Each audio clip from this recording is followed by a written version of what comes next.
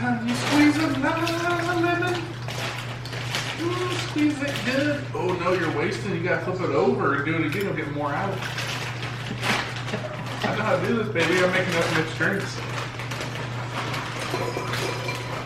I'm a family mixologist.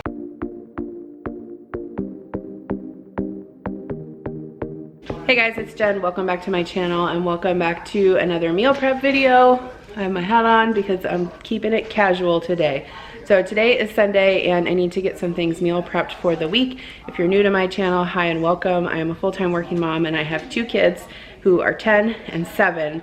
And mostly I like to do sort of like components of meal prepping. So I don't actually meal prep in the sense that I'm like fixing my meals ahead of time for dinner, but I do like to prep breakfasts and lunches for the week, and part of my meal prep includes washing all of my produce. So if you are interested in that, stick around. I'm going to show you here what we are planning on making today. All right, so this is what I have written down. Marinara sauce. I got a bunch of canning tomatoes at the farmer's market yesterday. So I am going to be turning these into marinara sauce and freezing it. I can't wait. I'm so excited.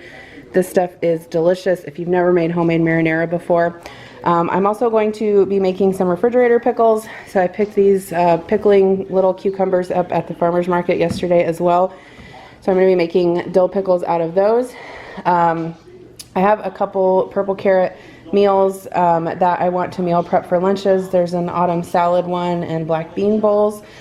This video is not sponsored by Purple Carrot. In fact, I did a sponsored video with them and then in turn used my own coupon code to order a second box. So I do have a coupon code if you want to try it out. I'll try to link it down below. I don't get any kickback or credit or anything for it, but it's just a fun way to include more, veggie-based meals into your diet.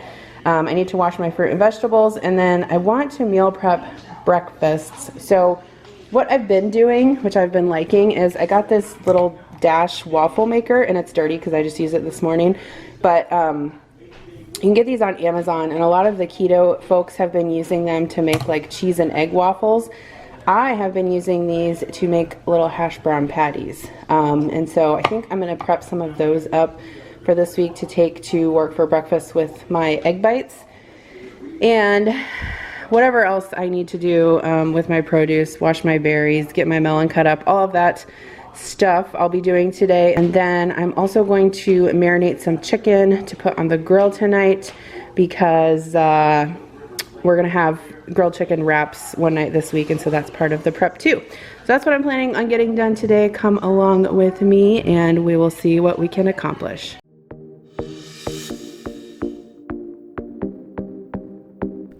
So when I start my meal prep, I always like to start with the item that's going to take the longest. And in this case today, it is the homemade marinara sauce. So I'm going to start out by peeling my tomatoes. It's important that you do this either when you make salsa or marinara sauce with fresh tomatoes. So I'm just taking my tomatoes and cutting an X in the bottom of them with a paring knife. This is going to ensure that they are easy to peel once I blanch them. So you can see here, I'm just cutting an X and sort of putting them right in the boiling or simmering water. Those will be in there for about a minute only, and then you can remove them with either tongs or a slotted spoon and put them in a bowl of really cold ice water. There are some recipes that I have seen that show you how to roast tomatoes in the oven to peel them.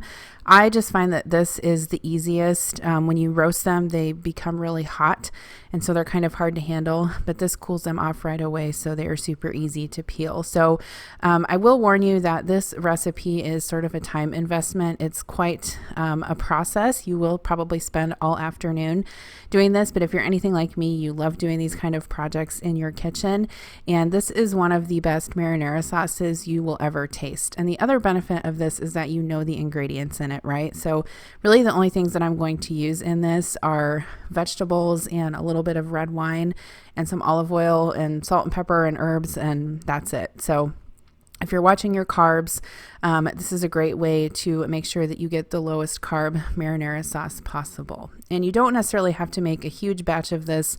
I just wanted to since I was making it anyway. So you can see here once the tomatoes come out of the ice water, how easy they are to peel. I would definitely recommend this method if you need to peel your tomatoes.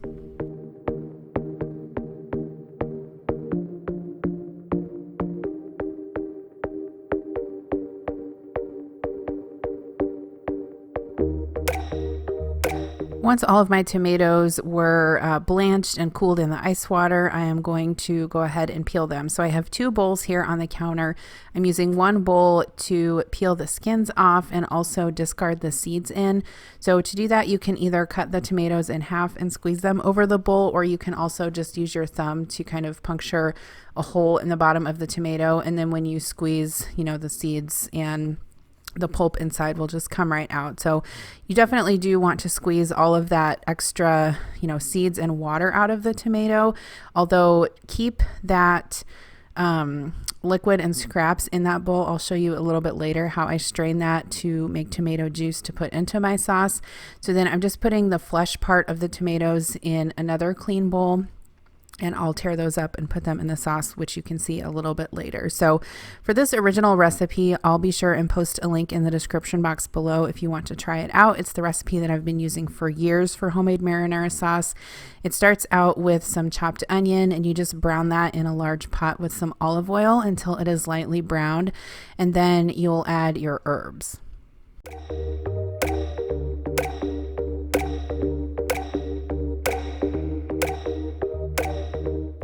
I'm also going to add some minced garlic to my onions to just sweat those out for a little bit and make sure the oils get released.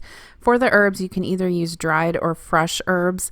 I actually ended up using a combination. I do have an herb pot on my back deck that has rosemary and oregano and thyme, and so I ended up using some of that, but I didn't think that I had enough because I was actually doubling the recipe since I had so many tomatoes.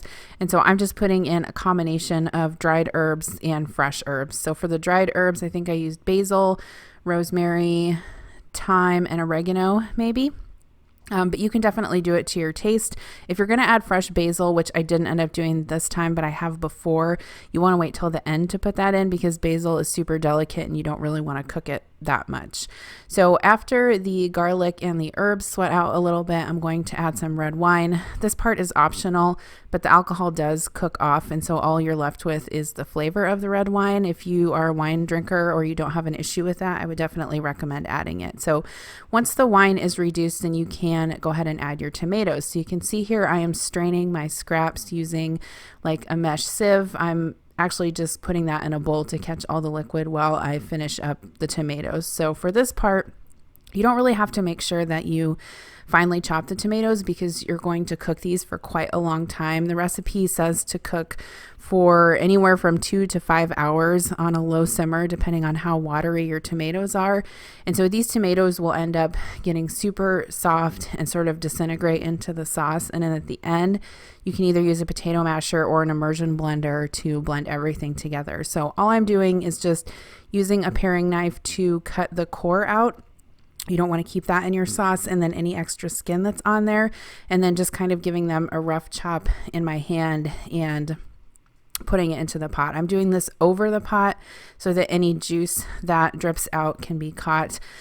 You do definitely have to reduce this sauce because you don't want it to be watery, but in my opinion, you want to make sure that you capture or, catch all of the tomato juice that you can from the tomatoes, because all of that will concentrate down and give your marinara sauce like a really great flavor.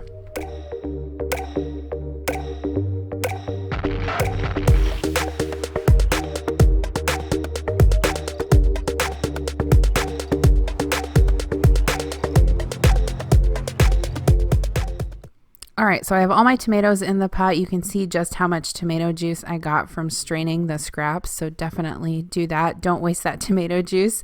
And now this is done, so all I'm going to do is give it a good stir, and then I'm just going to simmer this over really low heat. I ended up simmering it, I think, for like 3 to 4 hours. I can't remember exactly, just until everything was reduced down. This pot that I'm using, I really like it. It is available on Amazon. I think it's a Farberware. but it's a really nice, big, deep nonstick pot. And when you make things like this or different soups and like recipes like that, it's really great to have. So I'll link it down below. Here is my tomato sauce once it started to simmer, and then through the magic of YouTube, you can see several hours later how nice and rich and thick and reduced that it got. And so you could cook it down even thinner if you wanted. This was the texture that was fine for me. So I went ahead and removed the stems from all of the herbs that I had put in, and I'm just using my immersion blender to blend it up really quick. These are also on Amazon. I'll link mine down below. They're super inexpensive. So here's the finished product. Nice, delicious marinara sauce. Like I said, if you guys are wanting to do a project in the kitchen and you have fresh tomatoes, either from the farmer's market or your garden, this is a great thing to do. So the last step is just to put this into containers and freeze it. You can also process these in jars and can them just like you would any other, vegetable or sauce or anything.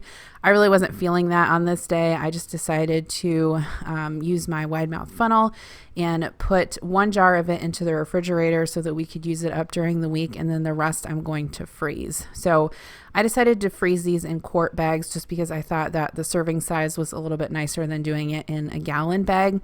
I'm using my baggie holders. I also talk about these all the time, and a subscriber sent me some, and then I also ordered some of my own on Amazon, and I really love them. If you're doing any type of freezer cooking, or even if you just want to put leftovers in a bag and put it in the freezer, these are so nice to have. I would definitely not be without them. And they're pretty new to me. I've ordered them within the last year. And so I'm just going to continue to ladle all of my sauce into these bags. I tried to squeeze out as much air as I could, but it's probably not that important. This will be good in your freezer, especially if you put it in a deep freeze for probably 6 months. We will definitely use it up before then, but it's just nice to have this so that you don't have to buy marinara sauce at the grocery store. So here is my completed product. I ended up getting 4 of the quart size freezer bags of marinara, 1 large jar and 1 small container there. So I was super happy to have this done. We actually had it over noodles one night, and it was so good. I would definitely recommend it. So also on this day, I was making some grilled chicken, and I wanted to show this just because it was part of my meal prep for the week. Anytime that I make grilled food, I try to grill a little bit more so that we can have it for the work week, either if we want to take it in our lunches or use it for a dinner meal prep. In this case, I was going to make chicken Caesar wraps, and so I wanted to have some marinated chicken breast already cooked in the refrigerator, which ended up turning out really good and super convenient. So I have shared this marinade recipe on my channel multiple times before. You guys are probably getting tired of hearing me talk about it, but it's the best marinade recipe that I've found, not only for chicken, but I've marinated steak in it, salmon, vegetable kebabs, anything you can think of. It will be really good on. Oh, I've also used it on pork too. So for the recipe, I will link it in the description box below, but basically it's like Worcestershire sauce, soy sauce, red wine vinegar, lemon juice, olive oil, Dijon mustard, salt, pepper. I can't remember if I left anything out, but like I said, the recipe will be down below. You just whisk everything in a bowl, and then I just have 4 chicken breasts here. I like to marinate my meat in Pyrex dishes because they are wide and shallow, and it makes sure that all of the marinade gets coated on the meat.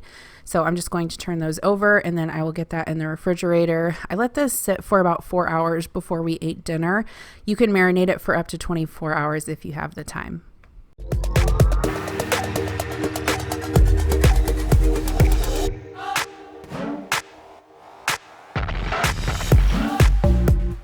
So for the other chicken, I am going to use some chicken tenders that I thawed out, and I'm just leaving those in the Ziploc bag and seasoning them with some barbecue rub that I actually got while I was traveling to Memphis. And this barbecue rub is really good, but obviously you can use any barbecue rub that you have. I just like to sprinkle it in the bag, toss it around, and then that will marinate in the fridge also until it's time to grill it. Okay, so refrigerator pickles. The first thing that you're going to do is start out by making your brine. So these are dill pickles. And so I'm using water, vinegar, and salt for the brine. And basically you'll just boil that together in a pot. Make sure that you use a pot with a spout so that you can easily pour it into jars. But once that comes to a boil, I just kind of leave it on a simmer. and let it sit until it is time to fill the jars. So if you've never made refrigerator pickles before, they are super easy. You can actually do them with not only cucumbers, you can use carrots, peppers, cauliflower, basically any sort of like hard cruciferous vegetable you can pickle in the refrigerator. And especially if you're intimidated or you don't want to mess around with the canning process, this makes it really easy. So this recipe is tried and true for me. I have used it many times before, and so I'll link it down below. But essentially, I'm just going to put my seasonings in my mason jars. So I'm using some crushed garlic cloves, and then I'll also be using some fresh dill sprigs, some peppercorns, and then a little bit of crushed red pepper flake. That part is optional. I like to put just a little bit in there to give it a little bit of spice. It definitely does not make them super spicy, but if you wanted to add more, you totally could.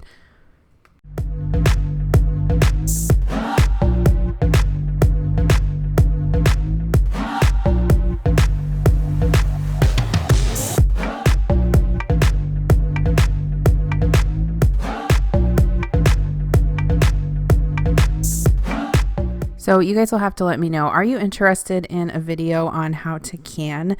I've done it before several times. Sometimes I just kind of get lazy and I don't feel like doing it, but I definitely know how. And it was something that I didn't know how to do for a long time, but I just kind of bit the bullet and did it. And it's super fun to do, especially when you have lots of produce to use, either from your garden or from the farmer's market. So let me know if that's a video that you'd be interested in, and I can work on that. So I had all my seasonings in the jars. I'm just using regular like mason jars that I had left over, either from, spaghetti sauce or that I got from the store or whatever. I save all my jars because I'm a weirdo like that. But these cucumbers from the farmer's market were super perfect because they were very like short and squat, and I was able to fit them in my jars. So for some of the pickles, I'm cutting them into spears, which you saw me do there. And then I also wanted to do some in rounds so we could have them on sandwiches and burgers and things like that. You could also use a crinkle cutter if you are interested in like a more, authentic sliced pickle. I have done that before. I didn't really feel like doing that today just because it takes a little bit more effort and I wanted to get this done quickly. But you could also do that. So just pack your cucumbers or your vegetables into the jars. And then the last thing that you'll do is just carefully pour your brine over the top. Make sure that you don't burn yourself because obviously it's hot. And then make sure that you fill the jars up most of the way. There will be some kind of bubbles that rise to the top once you pour it in there, but you want to make sure that you fill it up because otherwise your pickles at the top of the jar aren't going to, get as much flavor as the ones in the bottom. So once you seal these up, you'll let them sit on the counter for maybe an hour or two until they're cool. And then you can put them in the refrigerator. The recipe says to wait a week to taste them, but we actually tasted them within 2 days and they were still really good. It's just that the longer they sit in the brine, obviously the more flavorful they will be. So again, this recipe is for dill pickles, but if you wanted to make sweet pickles, you could add sugar to taste. I personally don't like sweet pickles that much, although Adam does, so maybe I'll have to try and make them one time, but definitely search for a recipe for sweet refrigerator pickles if you're interested in that instead of the dill ones. So this is just always so satisfying, right? To have something that you made yourself and it's going to be super delicious. So here are my completed pickles.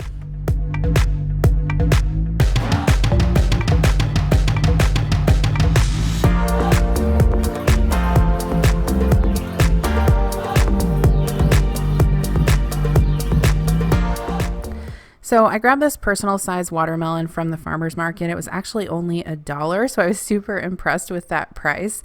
I'm just going to get this cut up and we are going to have some for dinner as a side. And then also I just like to keep this in the refrigerator throughout the week for the kids to have for breakfast, or if we need to have it, as a side for dinner or snacks or anything like that. So it's actually funny because I got this watermelon and I didn't even think if it was like a seeded or a seedless watermelon, and my kids were like very confused. They were like, why does this watermelon have seeds in it? And I'm like, well, I don't know. I got it from the farmer's market. And they're like, well, you have to pick the seeds out. And I'm like, I know. And they're like, well, that's dumb. It was just the funniest thing. And I said, when I was a kid, we ate watermelon all the time in the summer. And I never, ever remember like in the 80s having a watermelon that didn't have seeds in it. You guys will have to let me know if you remember that. And I was like, that's just like a thing that happened. We had to pick the seeds out. But anyway, I just thought it was funny. The watermelon was actually really sweet and delicious. It was so good. I also got this cantaloupe from the farmer's market as well, which was so delicious and so sweet. I would highly recommend, if you guys haven't gone to your local farmer's market this summer, definitely make sure to check it out. A lot of times you can get produce for even cheaper prices than you can find at the grocery store. And typically the produce is just so much better. It's grown in, like smaller farms and smaller batches. And so they just have the ability to pay more attention to it. I don't know. It's really good. I would definitely recommend it. I'm going to be so sad when our farmer's market stops selling in July. So for the cantaloupe, I'm going to cut this up and stick it in the refrigerator as well. You guys kind of saw how I chop it up here. I do actually have a video on how to chop produce. I filmed that a couple months ago and posted it because I had a lot of requests for that. And so in that video, I go through different vegetables and fruits and how I use my knife to chop them up. So if you're interested in that, I'll link it in the description box below. One thing I will say is that it is super important to have a really good chef's knife. Mine is probably about $150. I actually got it as a gift for Christmas one year. They do have them on Amazon, and so I'll link mine down below. But if you cook a lot like me, or even if you have trouble, chopping your vegetables, it might be because you don't have a really good knife. So again, check that out. If you need one, I would totally recommend it. You will not regret it. The next thing that I'm going to do is wash these cherry tomatoes that I also got from the farmer's market. I had to pick a few of them out because they were a little bit rotten, but I'm just using my OXO salad spinner to soak these in cold vinegar water. If you've watched my videos before, you know that's how I always wash all of my produce. I use my salad spinner to wash everything, not just greens. And you guys keep telling me that you've found these like in thrift stores at garage sales, which is super exciting. They are on Amazon for like $30. Someone actually just left a comment today that they found one at like TJ Maxx or Ross or something like that for $20. So definitely look for those there too. They're super awesome. I use mine every single weekend without fail.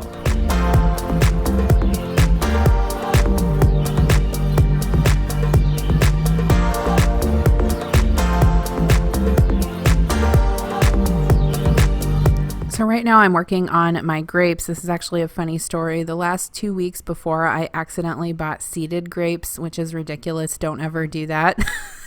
I'm like, why did I do this? I actually, the first week I picked the wrong ones out at the store, and the second week I ordered the wrong ones on grocery pickup. I was like, what am I even doing? But anyway, I went ahead and picked all of these off the stems. I'm washing those in the same manner with cold water and a splash of vinegar. Grapes are super dirty, so make sure that you wash them really well. But we definitely have a higher chance of eating these if they're already washed in the fridge. I usually just store them in a Ziploc bag or a glass container or even a plastic container, and they do just fine for most of the week. So I also washed my strawberries in the same way, and I am going ahead and cutting these up and putting them into one of these Rubbermaid produce keepers. For berries, I like to use these. If you haven't seen these before, they actually have like a tray in the bottom of them that keeps the berries off of the bottom of the container so that they don't get, soggy and moldy on the bottom. They really work pretty well. I think I've gotten most of mine either at Target or at Walmart, but they have them on Amazon too.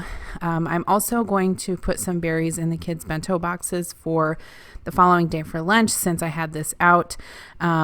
These are the Bent Go boxes. I actually got those on Prime Day, and the kids are liking them so far for packing lunches this week. Now you see me washing my blueberries. Same thing, cold water, splash of vinegar, and then I just let those drain before I put them in a container in the refrigerator. Okay, so kiwis. I did get a couple of these at the grocery store. Kira really likes them. Both the kids will eat them, but Kira really likes them a lot. So you see me just standing those up on end and trimming them off with a paring knife. This is the easiest way to do that I have found. Shout out to Tiffany from Simple Wife, Simple Life for showing me that technique. Otherwise, I would still be peeling them with a peeler and struggling my way through life. But I'm going to get these cut up, and then we'll have those for the week for fruit as well. I really find that if I process all of my fruit on the weekend, get it washed up, packaged up, everything like that. It's just so much easier to eat, and we really use it during the week for healthy lunches and snacks.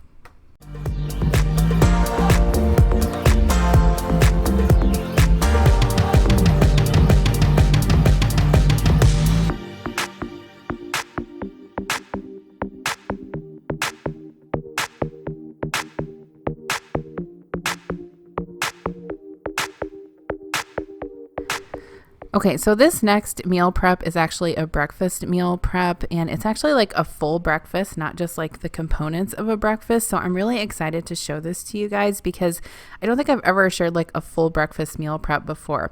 But what I'm using here is the chicken apple sausages from Walmart. These are actually pretty healthy. They are 100 calories per link. They're pretty low in carbs and low in fat as well. And so what I'm going to do is be making some breakfast bowls with some leftover egg bites, a hash brown patty that I'm going to make on my little waffle maker, some sausage, and then some chicken sausage, and then I'm going to do a side of cottage cheese. I ate this breakfast 4 days in a row this week for work, and I loved it every single day. So I'm one of those people that can eat the same thing for breakfast every single day. I'm totally fine with that. But I don't want to eat the same thing for lunch. Tell me how you guys are. I watch a ton of meal prep videos on YouTube, and some people eat the same thing for lunch every day, and I'm just like, no, I can't do that. But at any rate, I got my chicken sausage into the skillet and letting that saute. I'm using my little Dash mini waffle maker. I'll link this down below. They've been in short stock because all the keto people are making their, I don't even want to say it. I don't even want to say the word chaffle, chaffle. I feel like I don't even want to say it because the word just annoys me so much, but I don't know why. And no disrespect if you're keto, I just don't like the word. Anyway, I'm using this to make hash brown patties, and they're very delicious. So what I have done is thawed out some hash browns. These are just regular shredded hash browns that are frozen. I put them in a baggie and left them in the refrigerator to let them thaw out. I went ahead and put half a cup on the little waffle maker. That's the amount that I found that was just the perfect size for this. Here you see my sausage sauteing up. You don't really have to do that. This is already cooked, but I like it to be kind of browned, on each side. So that's definitely a personal preference thing. But again, you just spray your waffle maker with your canola oil spray or Pam or whatever. Press your hash browns in there, season them with salt and garlic powder. They turn out so good. I was sort of skeptical of this because I was like, oh, these aren't going to be very good reheated, but honestly, they were pretty good. I would definitely do this again. So I'm just going to go ahead and make more of these. I ended up making 4 of these for breakfast meal prep during the week. Tuesday through Friday, I ate them. And yeah, they were really good. I would totally recommend this. Even if you don't have one of these little waffle makers, I'm sure you could do it in a regular one and just cut it into 4 pieces. So I'm just going to get started on my last little hash brown waffle here, and then I'll show you how I put the bowls together.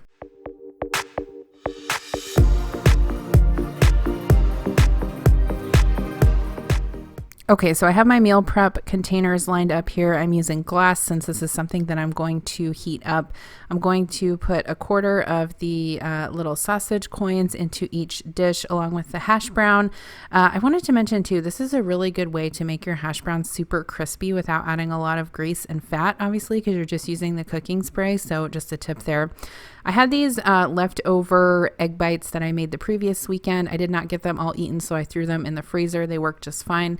I'm going to nestle one of those in, and I'll link that recipe in that video down below if you guys haven't seen that yet. So the last thing is cottage cheese. Now I know this is going to sound weird, but I've been watching videos on YouTube the past couple weeks where people are eating this like cottage cheese hash brown egg combo for breakfast, and I love cottage cheese, and so I'm like, oh, I should try this.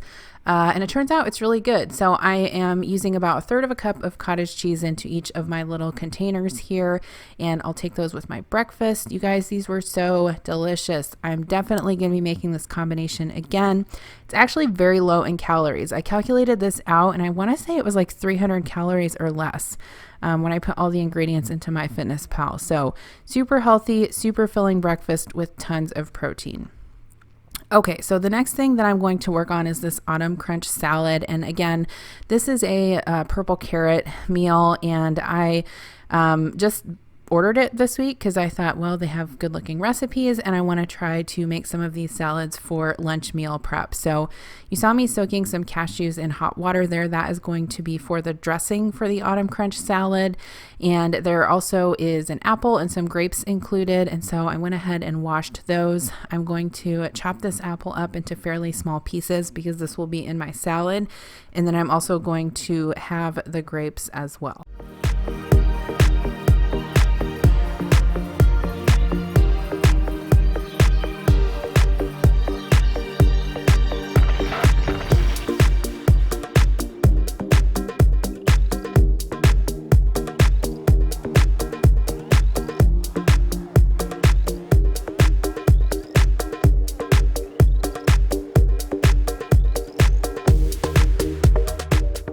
So since this was a salad, I was meal prepping and I didn't want the apples to get brown in the refrigerator. I'm going to put them in a bowl and squeeze the juice of 1 lemon over those.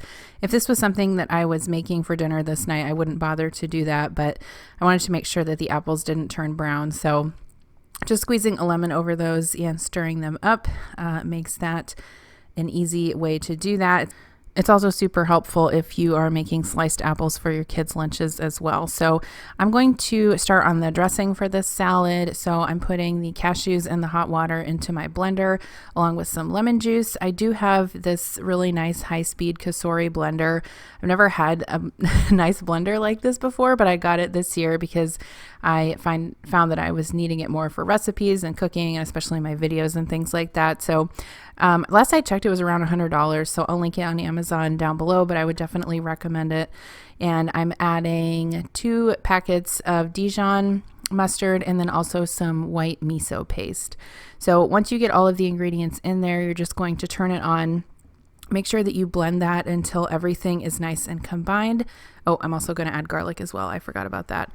But cashews and hot water, when you soak them, a lot of times that's used for a dairy substitute in vegan recipes, and it actually works really well. This dressing actually turned out really, really good, and actually I need to find some white miso paste so I can make it again and recreate it myself. My Walmart doesn't sell it. I need to look at Hy-Vee and see if they sell it. That's one of the bad things about living in rural Midwest, is that sometimes those hard to find ingredients are difficult around here, but if I can't find it, usually I just order it online.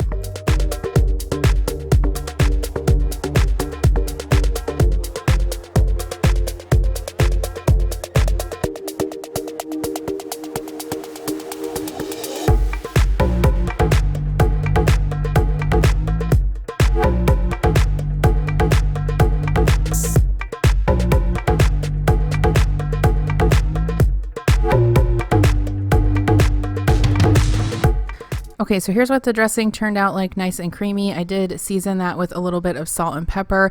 I'm just going to pour that into these little dressing containers. I like these especially for meal prep and taking things to work. I do sort of go back and forth between these, which are disposable, and the reusable ones. I have both and I use both. Sometimes it's more convenient to use these. So yeah, and next thing I'm going to do is just rinse some garbanzo beans. This is also going to go in the salad. So just pour those in a strainer and rinse them off really well with cold water. If you guys aren't interested in checking out purple carrot, but you want to make this recipe, definitely check out the links in the description box below, because I will have a link to each of these recipes. So if you want to recreate them with items from the grocery store, you can totally do that. So I'm using a kale beet blend for these salads, which is what came with it. If I did this again, I would probably just use kale or some other greens. I'm not a big fan of beets. To me, whenever I try to eat beets, they taste like dirt. Let me know if you feel the same way. I know there are others of us out there, and I've definitely tried to like them before, but I just don't. So on top of that, I'm putting the garbanzo beans, the sliced apple, the sliced grapes, and then I'm also going to put some toasted walnuts over the top, which is really nice as well, and then nestle the dressing in there, and those are my completed salads. So this was enough for Adam and I to take to work one day. He took one and I took the other. It was really, really good. It kind of reminded me of like a Waldorf salad, but a little bit more savory. I would definitely recreate this recipe, and especially the dressing, I would recommend making that for sure.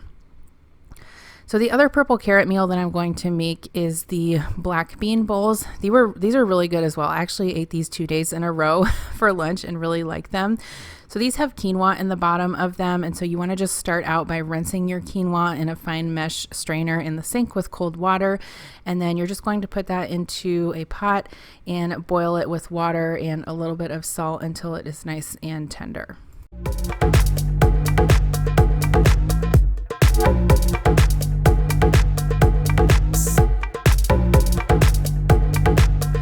So I think the really unique thing about this recipe is that it calls for some roasted vegetables to be added to the quinoa, which is the base for the black bean bowls, which actually ends up turning out really good. And so I have 2 poblano peppers here.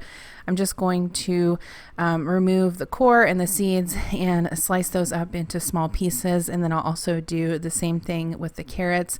What you're going to end up doing is tossing these vegetables in olive oil on a sheet pan with salt and pepper, and then just roasting them in the oven. And these will be mixed with your quinoa for the base of your bowls. I would definitely do this again. It was really good. I would recommend maybe cutting it down to use only 1 poblano, because I felt like maybe it was too, it wasn't too hot. I actually like spicy food, but if you don't like spicy food, you might want to consider using like a bell pepper or something less spicy. So now I'm just going to peel my carrots and get those chopped up as well. The best thing to do with carrots in this case is to cut them lengthwise into like 4 quarters and then slice them crosswise into small pieces.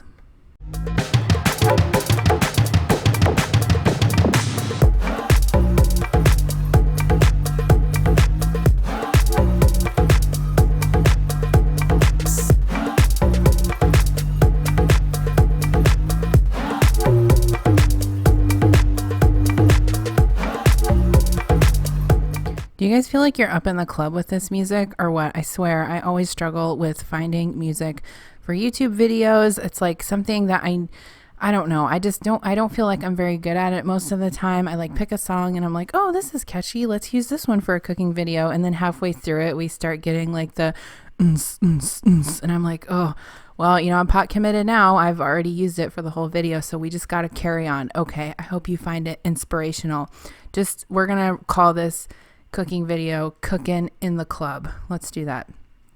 All right. Sorry, I digress. Anyway, I am lining my baking sheet with some parchment paper, putting my chopped veggies on top of that, tossing them with olive oil, salt, and pepper, and I'm going to roast those in the oven. Next, we're going to start on our black beans. So I feel like I've never cooked black beans like this before, but they were really good. I am going to start in a nonstick skillet with some olive oil, and I'm going to chop up some garlic and add that to the skillet as well. And then I will just pour in my black beans and some seasonings and cook that on the stove until they are nice and warm and bubbly and seasoned through.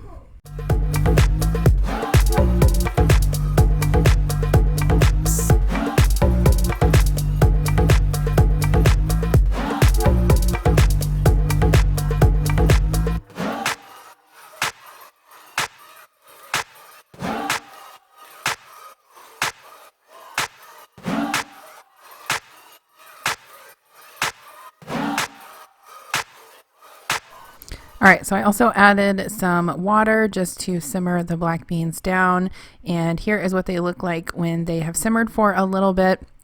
I'm going to do the last step, which is to squeeze some lime juice in there. I feel like maybe the recipe didn't call for this, but when I'm making like Tex-Mex food, I put lime juice in everything, so that's what I decided to do.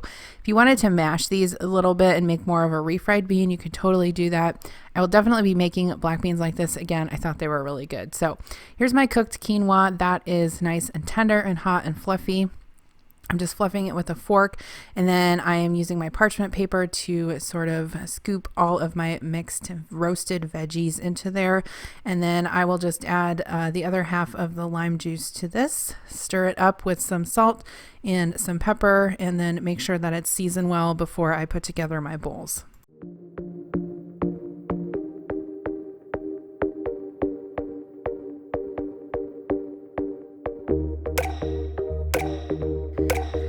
All right, so since this is a meal prep that I'm going to end up heating up, I am using some glass containers, and these Pyrex ones, I think I got them at Costco, but they actually have them at Walmart as well. I really like them because they're nice and sturdy, and they have the snap-on lids. So I'm putting my quinoa in the bottom of those and then putting my black bean mixture on top.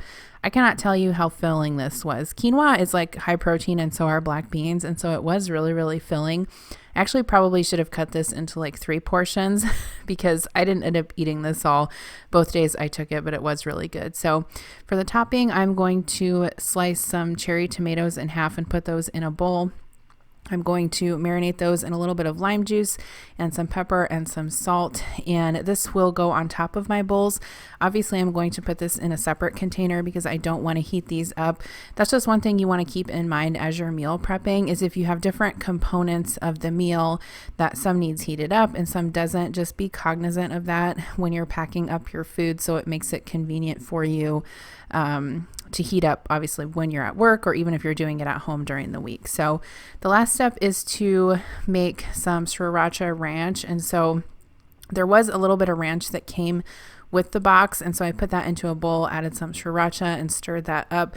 I felt like maybe I needed a little bit more ranch, and so I just went ahead and added some of my own. Obviously the ranch that they sent me was vegan ranch and mine's not, but I'm not super concerned about that because I'm not totally vegan. I'm just trying to get more plant-based meals into my diet. So I'm going to divide the sriracha ranch between 2 dressing containers.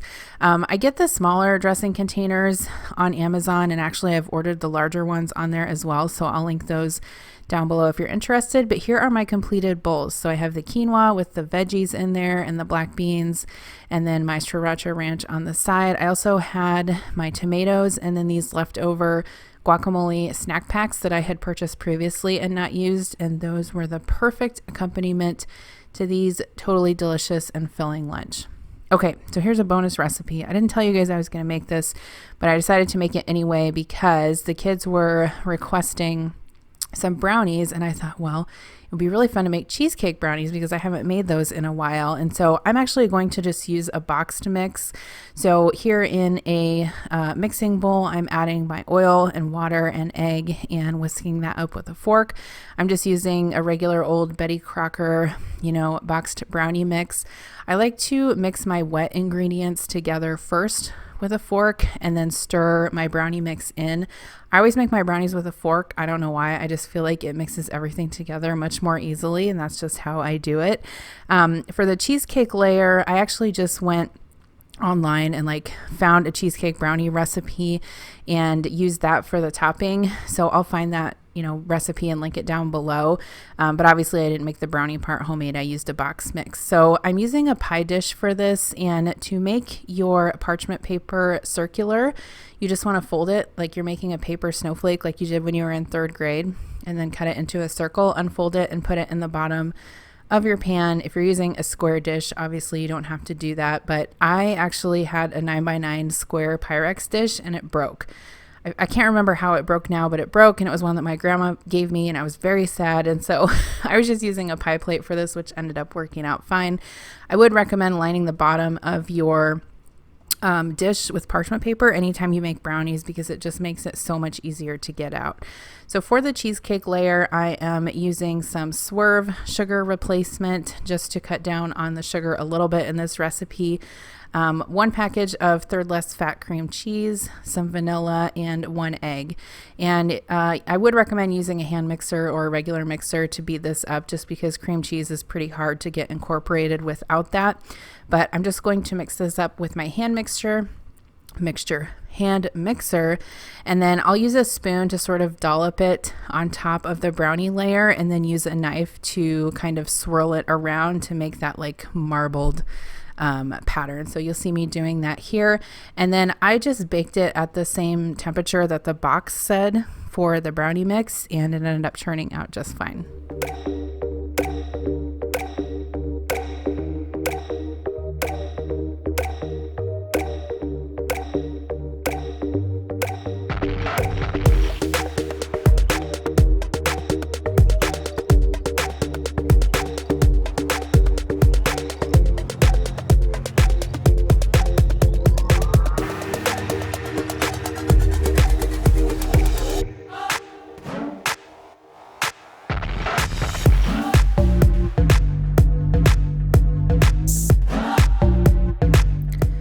All right, so once that's done, you can go ahead and lick your knife because that cream cheese mixture is delicious, and then pop it in the oven. Here is what it looks like when it comes out.